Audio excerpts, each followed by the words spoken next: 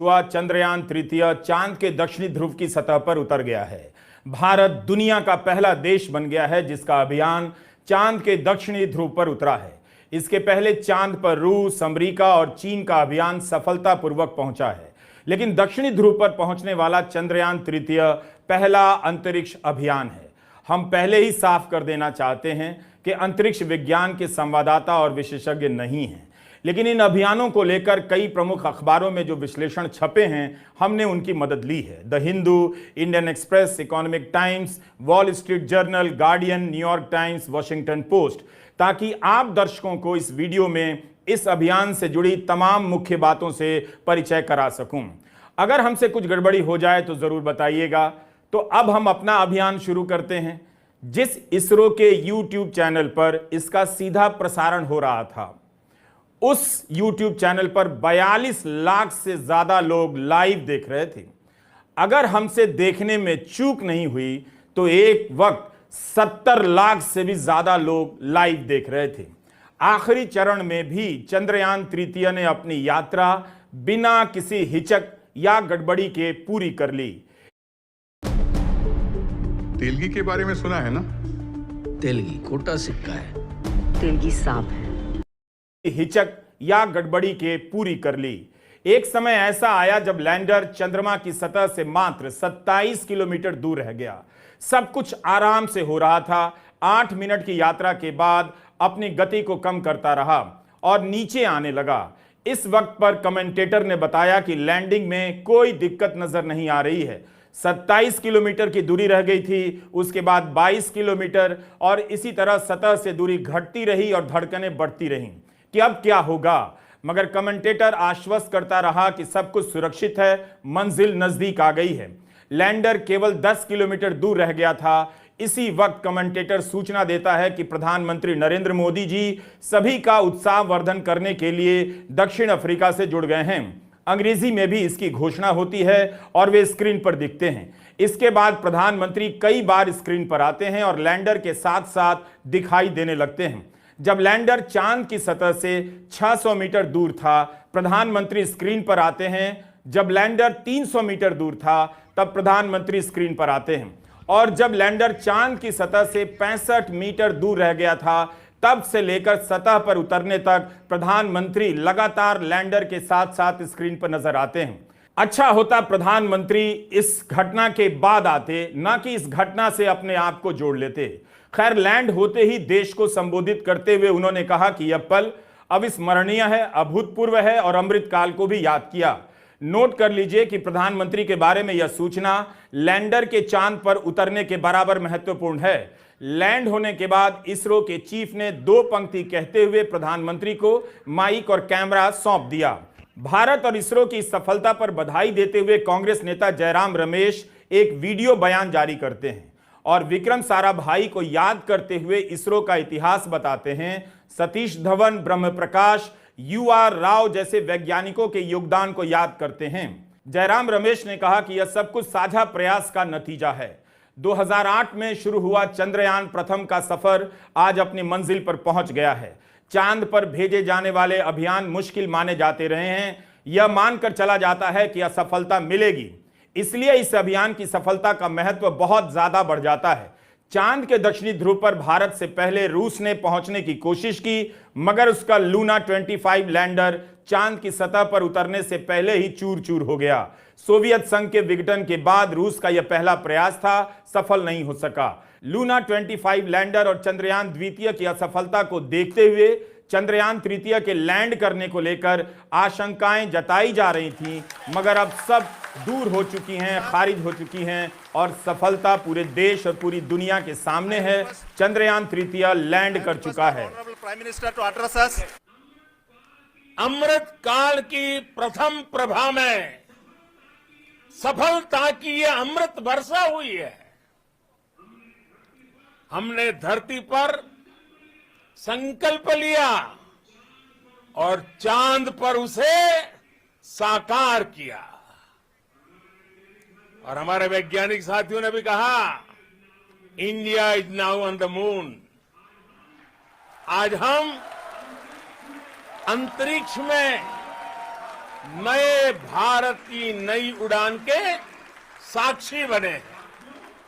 साथियों, मैं इस समय ब्रिक्स समिट में हिस्सा लेने के लिए दक्षिण अफ्रीका में हूं, लेकिन हर देशवासी की तरह मेरा मन चंद्रयान महाअभियान पर भी लगा हुआ था। नया इतिहास बनते ही हर भारतीय जश्न में डूब गया है। हर घर में उत्सव शुरू हो गया है। हृदय से मैं भी अपने देशवासियों के साथ, अपने परिवारजनों के साथ इस उमंग और उल्लास से जुड़ा हुआ हूं। मैं टीम चंद्रयान को, इसरो को और देश के सभी वैज्ञानिकों को जी जान से बहुत बहुत बधाई देता हूं, जिन्होंने इस पल के लिए वर्षों तक इतना परिश्रम किया है। उत्साह, उमंग, आनंद और भावुकता से भरे इस अद्भुत पल के लिए मैं 140 करोड़ देशवासियों को भी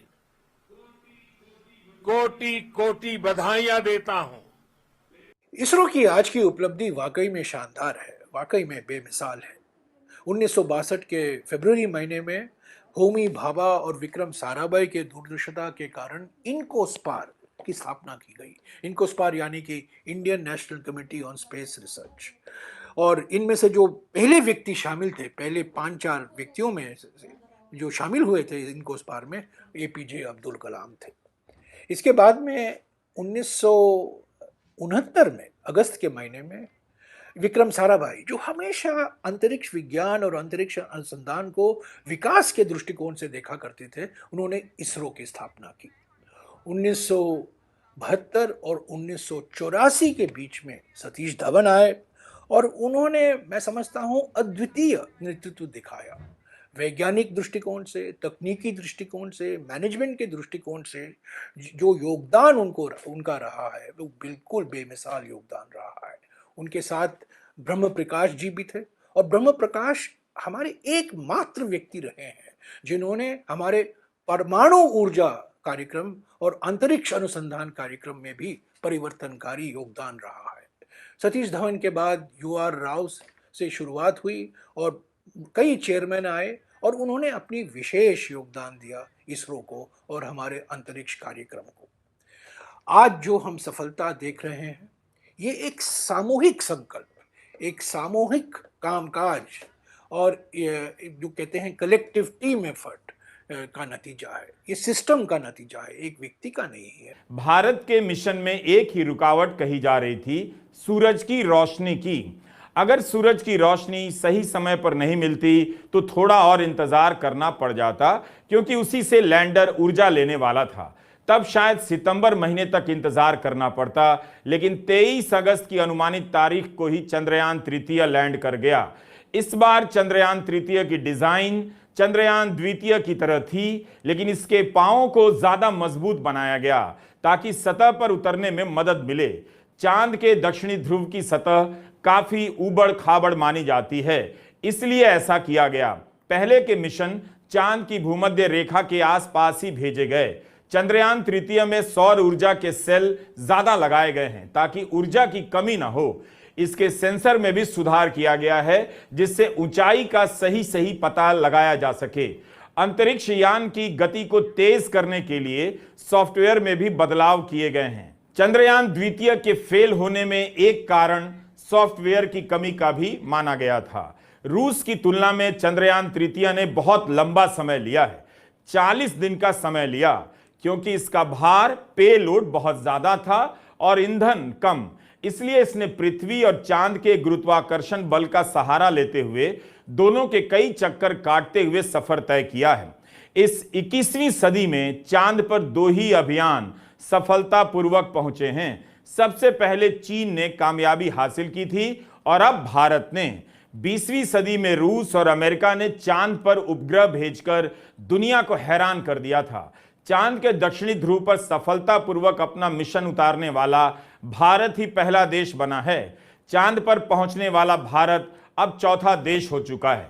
47 साल बाद रूस के पहले मून मिशन लूना 25 लैंडर के फेल हो जाने से पहले इसी साल जापान की एक निजी स्टार्टअप कंपनी का भी मिशन ध्वस्त हो गया।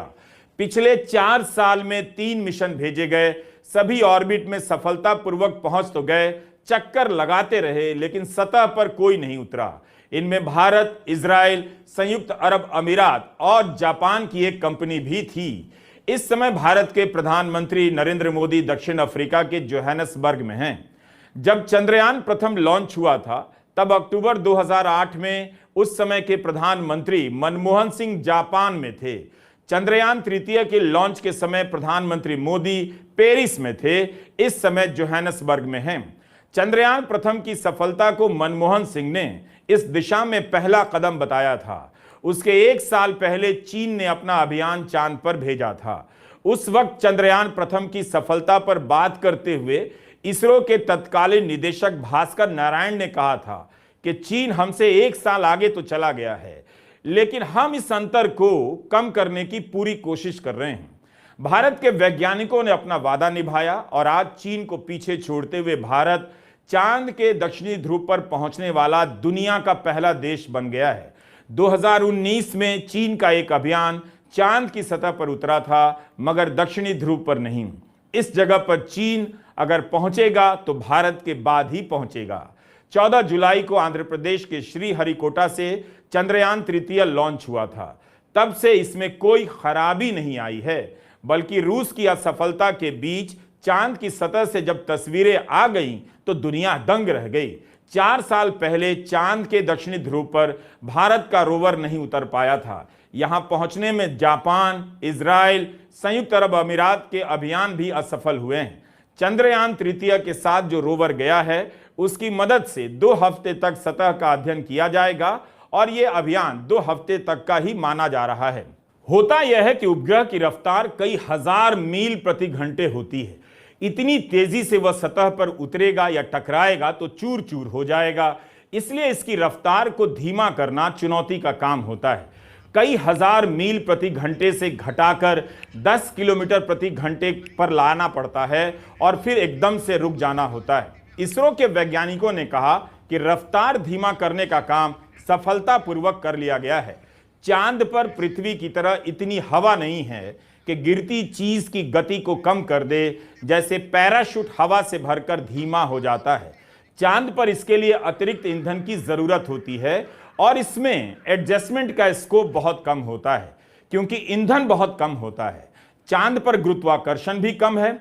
आपको ऐसा प्रोपल्शन सिस्टम बनाना होता है जो पृथ्वी के गुरुत्वाकर्षण बल के छठे हिस्से के साथ सही गति से सतह पर उतार दे।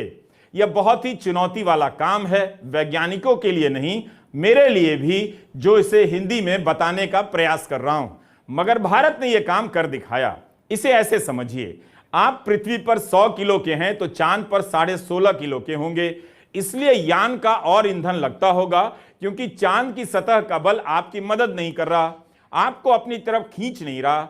यानी जितना हम समझे हैं उसके हिसाब से एक तरफ अधिक फोर्स लगानी है और दूसरी तरफ आपको हजारों मील प्रति घंटा की रफ्तार को 0 पर भी लाना है, यानी बहुत कम करना है। रूस के लूना के ध्वस्त हो जाने के पीछे यही कारण बताया जा रहा है कि इंजन के थ्रस्टर ने जरूरत से ज्यादा देर तक फोर्स दी, बल दिया, और इस वजह से वो चांद की सतह से टकराकर फिसलता चला गया, स्थिर नहीं हो सका। इसी तरह की समस्या चंद्रयान द्वितीय में भी आई थी। चांद का दक्षिणी ध्रुव पानी के स्रोत के कारण महत्वपूर्ण हो गया है। वैज्ञानिक यहां पानी को लेकर सुनिश्चित होना चाहते हैं। इससे चांद से आगे कई अभियानों को भेजना आसान हो जाएगा। मशीनों पर कम बल लगेगा। अभी पृथ्वी से बहुत सारा ईंधन लेकर जाना पड़ता है, जिससे रॉकेट का वजन बढ़ जाता है। अगर चांद के इस छोर पर पानी मिल गया तो उसके भीतर जो हाइड्रोजन है, जो ऑक्सीजन है, जिससे ईंधन और सांस लेने के लिए ऑक्सीजन मिल सकती है। पीने और मशीनों को ठंडा करने के काम भी आ सकता है। अमेरिका और चीन के भी दक्षिणी ध्रुव के लिए मिशन प्लान किए हुए हैं। अमेरिका को चिंता है कि चीन पहले वहां पहुंचकर इलाके में मौजूद पानी पर कब्जा न कर ले, लेकिन अब तो भारत पहुंच गया। चीन कहता है कि हम चाहते हैं कि अंतरिक्ष के एक्सप्लोरेशन का फायदा, यानी जो भी वहां मिलता है, सभी को मिले। 2018 में नासा के M3 इंस्ट्रूमेंट ने इसकी पुष्टि की थी कि चांद के ध्रुवों पर पानी है। यह इंस्ट्रूमेंट भी चंद्रयान प्रथम से काम कर रहा था। वैज्ञानिक मानते हैं कि यहां पानी है जो भविष्य में इंसान के बसने के काम आ सकता है। 2012 में रूस का एक और मिशन फेल हो गया। इसका नाम फोबोस ग्रंट था और यह पृथ्वी की कक्षा में फंस जाने के 2 महीने बाद प्रशांत महासागर में गिर गया। 2019 में चंद्रयान द्वितीय छोड़ा गया, मगर दूसरा मिशन लैंड करने से पहले ही असफल हो गया। चंद्रयान द्वितीय के समय प्रधानमंत्री मोदी अंतरिक्ष केंद्र में मौजूद थे। इसकी असफलता पर इसरो के तत्कालीन निदेशक के शिवन रोने लग गए। तब प्रधानमंत्री ने उन्हें गले लगाकर ढाढ़स बंधाया था। उस समय खूब राजनीति हुई। प्रधानमंत्री चंद्रयान द्वितीय का श्रेय लेना चाहते थे तो कांग्रेस ने वैज्ञानिकों को बधाई देते हुए याद दिला दिया कि चंद्रयान मिशन मनमोहन सिंह सरकार की देन है। मगर चंद्रयान द्वितीय के असफल होते ही राजनीति भी शांत हो गई। इसरो ने पिछले कई दशकों में कई अभियानों को सफलतापूर्वक लॉन्च किया है, मगर ऐसा कभी नहीं हुआ कि प्रधानमंत्री इसरो के सेंटर पहुंच जाएं और सारा कवरेज उन्हीं के आसपास होने लगे, इस तरह से कि सब कुछ उन्हीं का किया हुआ है, जैसे वही इस अभियान का चेहरा है। आमतौर पर प्रधानमंत्री इसरो के अभियानों से दूरी बनाकर रखते हैं और इसे राजनीति में नहीं लाते। अब राजनीति बदल गई है। जब इसरो के ट्विटर हैंडल से मुद्रा योजना का पोस्टर ट्वीट किया गया था, तब लोग हैरान हो गए थे कि अब यह सब भी होने लगा है। 5 नवंबर 2013 को मनमोहन सिंह के कार्यकाल में भारत ने मंगलयान छोड़ा था। सितंबर 2014 में जब मंगलयान मंगल की कक्षा में प्रवेश कर रहा था, उसी वक्त प्रधानमंत्री मोदी इस अभियान के कमांड सेंटर पहुंच गए। वो भारत का पहला मंगल मिशन था। यहां बताना जरूरी है कि सितंबर 2012 में जब इसरो अपना 100वां लॉन्च कर रहा था, तब तत्कालीन प्रधानमंत्री मनमोहन सिंह भी मिशन कंट्रोल रूम में मौजूद थे। उस समय PSLV C-21 में फ्रांस का एक उपग्रह और जापान का एक छोटा उपग्रह शामिल था। जब मंगलयान लॉन्च किया जा रहा था नवंबर 2013 में, तब मनमोहन सिंह ने फोन कर इसरो के तत्कालीन चीफ के राधाकृष्णन को बधाई दी थी। इन तथ्यों के अलावा मनमोहन सिंह के समय के अभियानों के कवरेज और मोदी सरकार के समय के अभियानों के कवरेज देखेंगे, आपको काफी अंतर मिलेगा। वैज्ञानिकों से ज्यादा प्रधानमंत्री मोदी का कवरेज नजर आएगा।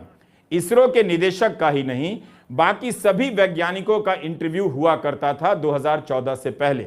मैंने खुद 2008 में चंद्रयान प्रथम की लॉन्चिंग कवर की थी। उस समय के कवरेज आप देखिए। इसरो के सेंटर में केवल दुनिया भर से आए और भारत के ही पत्रकार मौजूद थे। हर चैनल पर वैज्ञानिक ही छाए हुए थे, उन्हीं का इंटरव्यू चल रहा था। प्रधानमंत्री ने, मनमोहन सिंह ने वैज्ञानिकों को बधाई दी थी। यह कोई बड़ी खबर नहीं थी और ना इस अभियान का चेहरा, और ना ही सारे मंत्री मनमोहन सिंह के उछल कूद कर आ गए थे कि मनमोहन सिंह की बड़ी कामयाबी है। 2014 से पहले वैज्ञानिकों का इंटरव्यू ज्यादा हुआ करता था। प्रवक्ताओं और मंत्रियों को बहुत ज्यादा जगह नहीं मिलती थी। मंगलयान भी भारत के अंतरिक्ष कार्यक्रम की बड़ी कामयाबी है। हॉलीवुड की ग्रेविटी फिल्म से भी सस्ता मिशन और उसका कामयाब होना बड़ी उपलब्धि थी। इंटरस्टेलर फिल्म चंद्रयान तृतीय से दुगनी कीमत में बनी है। उसी समय लॉन्च हुए नासा के मंगल मिशन मेवन की कीमत के 10वें हिस्से से भी कम लागत थी मंगलयान की। पहली बार किसी देश का पहला मंगल मिशन पहली बार में कामयाब हुआ। मंगलयान के समय स्कूलों से कहा गया, बच्चों को सुबह सुबह जल्दी बुलाइए ताकि वे टीवी पर मंगलयान का प्रसारण देख सकें। प्रधानमंत्री मोदी बेंगलुरु के अभियान केंद्र में पहुंच गए थे। इस बार भी खबर आई है कि कुछ राज्यों में स्कूलों को निर्देश दिए गए हैं कि लैंडिंग के समय वे स्कूल में मौजूद रहें। शाम के वक्त यानी 5:15 से 6:15 के बीच शाम के वक्त बच्चों को स्कूल आने के लिए कहा गया है ताकि वे सीधा प्रसारण देख सकें। क्या यह सब तब भी हुआ था जब चंद्रयान प्रथम या मंगलयान लॉन्च हो रहा था? इसी तरह छत्तीसगढ़ के स्कूल शिक्षा विभाग ने सभी डीईओ को आदेश जारी कर दिया है, जिसके अंतर्गत सभी स्कूलों में पढ़ रहे बच्चों को लैंडिंग का सीधा प्रसारण दिखाना होगा। पिछले 9 साल में इसरो ने 47 लॉन्च किए हैं, मात्र 3 में ही असफलता मिली है। सफलता का इतना शानदार रिकॉर्ड है। अब इस तरह के आंकड़े भी आने लगे हैं कि मनमोहन सिंह के समय यानी 2004 से 14 के बीच 24 मिशन भेजे गए। इसमें चंद्रयान प्रथम और मंगलयान शामिल है। नरेंद्र मोदी के 9 साल में 47 मिशन भेजे गए। वाजपेयी के कार्यकाल में 6 मिशन और नरसिम्हा राव के कार्यकाल में 5 मिशन। इसरो को कभी सरकार और प्रधानमंत्री के नाम से नहीं जोड़ा जाता था, मगर अब यह सब होने लगा है। वैज्ञानिकों की उपलब्धियों का राजनीतिक बंटवारा एक तरफ, मगर उनकी उपलब्धियां शानदार तो हैं ही। 1969 में इसरो का गठन हुआ था। इसरो का पहला सैटेलाइट आर्यभट्ट 19 अप्रैल 1975 को सोवियत यूनियन से लॉन्च हुआ था। आज सभी विक्रम साराभाई को भी याद कर रहे हैं। चंद्रयान द्वितीय की असफलता के बाद भी भारत ने हार नहीं मानी और 4 साल में चंद्रयान तृतीय को सफलतापूर्वक चांद की सतह पर लैंड कर दुनिया को दिखा दिया। धरती और अंतरिक्ष की जानकारियां हमेशा से ही इंसान को हैरान करती रही हैं। नई नई जानकारियों तक पहुंचने के लिए चुनौतियां खड़ी करती रही हैं। चेन्नई से 400 किलोमीटर दूर एक जगह है नामक्कल। 2012 से यहां की मिट्टी इसरो को दी जाती रही है ताकि वो चंद्रयान की टेस्टिंग कर सके। यहां की मिट्टी चांद की सतह से मिलती जुलती है, खासकर दक्षिणी ध्रुव की मिट्टी से। इसलिए इसरो अपने लैंडर मॉड्यूल की टेस्टिंग इस पर कर सका है और तकनीक में बदलाव कर सका है। यह तीसरी बार हुआ है जब नामक्कल की मिट्टी इसरो को दी गई। 50 टन मिट्टी भेजी गई थी। चांद के अभियान को राजनीतिक प्रतिष्ठा और राष्ट्रीय गौरव से जोड़ा जाता है, हर देश करते हैं। इस आधार पर ऐसे अभियानों की आलोचना भी की जाती है, मगर अब तो निजी कंपनियां भी अंतरिक्ष में उपग्रह भेजने लगी हैं। हम सबके इलन मस्क भाई कब रॉकेट छोड़ देते हैं पता नहीं चलता है। नासा मस्क के HLS स्टारशिप पर अंतरिक्ष यात्रियों को चांद पर भेजने वाला है। उम्मीद की जाती है कि अब सभी अपना रोवर, लैंडर्स, एस्ट्रोनॉट भेजने लग जाएंगे। फैल्कन 9 फैमिली के अलग अलग रॉकेट 255 बार उड़ान भर चुके हैं।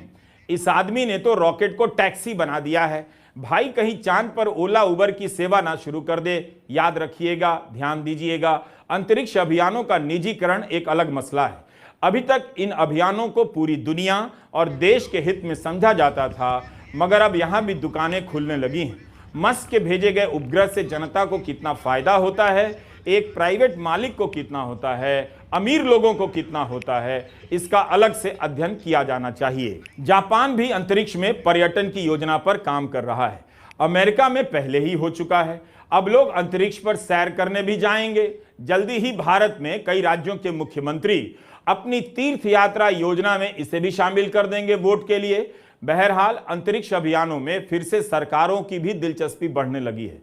इस समय अमेरिका, चीन, रूस और भारत चांद पर भेजने के लिए कई तरह के अभियानों पर काम कर रहे हैं। रूस, जापान और अमेरिका सहित आधा दर्जन देश चांद पर रोबोट भेजने जा रहे हैं। अमेरिका, चीन और भारत चांद पर अंतरिक्ष यात्री भेजने की योजना पर काम कर रहे हैं। वीडियो लंबा है, हिंदी में है, देखते जाइए। काफी मेहनत की है हर जगह से जानकारियां जुटाने में।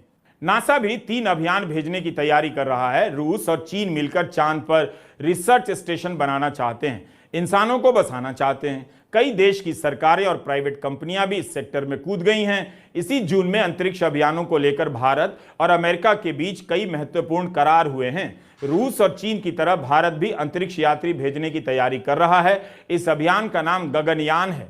2022 तक ही भेजने का लक्ष्य था, लेकिन उम्मीद की जा रही है कि 2025 या उसके बाद भेजा ही जाएगा।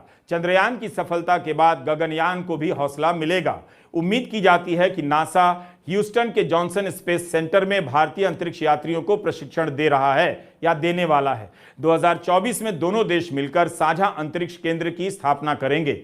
नासा और इसरो मिलकर एक रेडार मिशन निसार पर काम कर रहे हैं। 2024 में एक उपग्रह छोड़ा जाएगा जिससे धरती पर जमीन और बर्फीली सतह में आ रहे बदलावों पर नजर रखा जा सकेगा।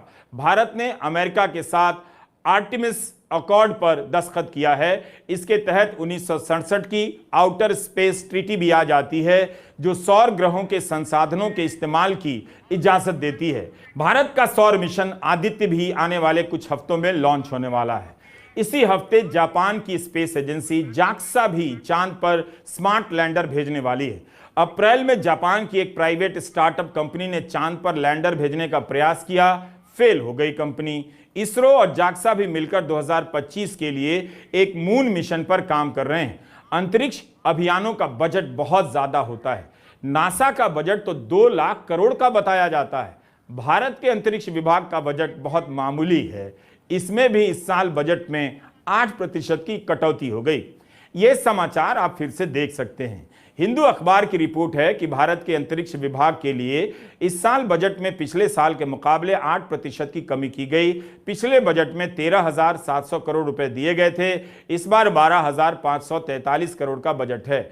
इसी में इसरो का खर्चा भी शामिल है। लेकिन जब मोदी सरकार आई तब इसरो का बजट काफी बढ़ाया गया था। 50% की वृद्धि के साथ 6,000 करोड़ कर दिया गया। यह खबर इकोनॉमिक टाइम्स की है, 9 सितंबर 2012 की। मनमोहन सिंह ने कहा था कि आलोचक कहते हैं कि गरीब देश अंतरिक्ष कार्यक्रमों पर इतना पैसा क्यों खर्च करता है, लेकिन लोग भूल जाते हैं कि तकनीकी शक्ति के विकास से ही देश की तरक्की होती है। इसरो की स्थापना करने वाले पूर्वजों के सामने भी यही सवाल रहा होगा, लेकिन आज जब हम यह देखते हैं कि देश और समाज को कितना फायदा हुआ है, तब पता चलता है कि वे कितने सही थे, दूरदर्शी थे।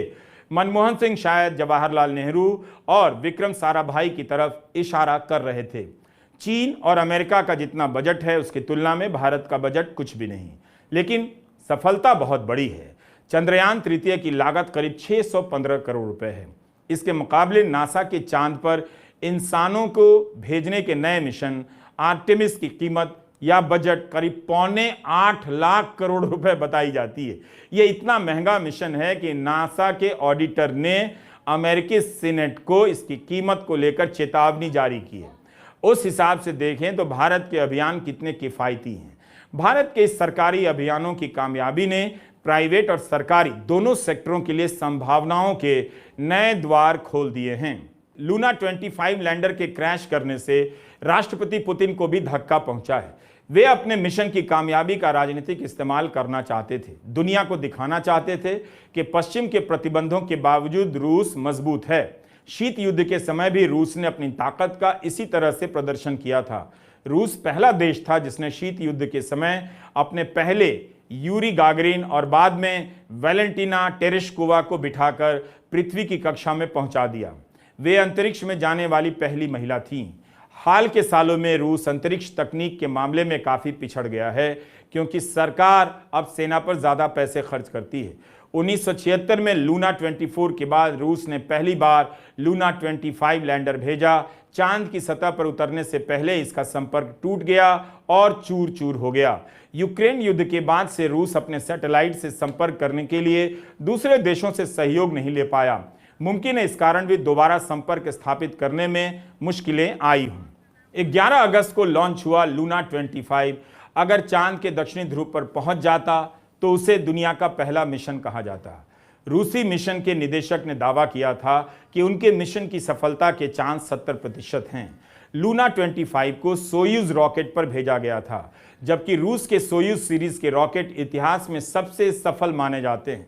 2000 रॉकेट लॉन्च हुए हैं, कई यात्रियों को भी लेकर गया है। चंद्रयान तृतीय पर 2019 से ही काम शुरू हो गया था। रूस की स्पेस एजेंसी रोसकॉस्मोस 2010 से लूना 25 पर काम कर रही थी। कोविड के कारण दोनों अभियानों में देरी आई, वरना पहले ही इन्हें भेजा गया होता। गगनयान के लिए रूस भी इसरो का पार्टनर है, अंतरिक्ष यात्रियों को प्रशिक्षण दे रहा है।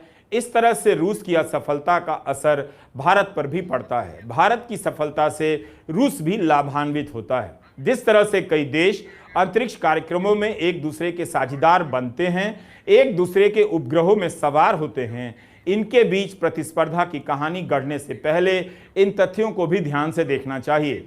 अंतरिक्ष के मामले में कोई भी तकनीकी रूप से स्वतंत्र नहीं है और ना ही किसी का वर्चस्व है। इस सफलता पर बधाइयों का सिलसिला शुरू हो गया है। अब जब वैज्ञानिकों से जुड़ी खबरें आएंगी, उनका इंटरव्यू चलेगा नेताओं से ज्यादा, तो ध्यान से सुनिएगा। हाल ही में जब एनसीईआरटी ने डार्विन का पाठ हटा दिया, तब 1800 वैज्ञानिकों ने अपने हस्ताक्षर के साथ इसके विरोध में पत्र लिखा। इसमें Tata institute of fundamental research, Indian institute of science education and research और आईआईटी से लेकर तमाम संस्थानों में काम करने वाले वैज्ञानिक हैं। आज दिन रात वैज्ञानिकों की तारीफ होनी चाहिए, लेकिन आप जरा इंटरनेट में सर्च कीजिएगा, उस समय जब इन वैज्ञानिकों ने पत्र लिखा था, तब गोदी मीडिया ने किस तरह से इनको महत्व दिया था। चंद्रयान तृतीय से जुड़े सभी वैज्ञानिकों को जोरदार बधाई। नमस्कार, मैं रवीश कुमार।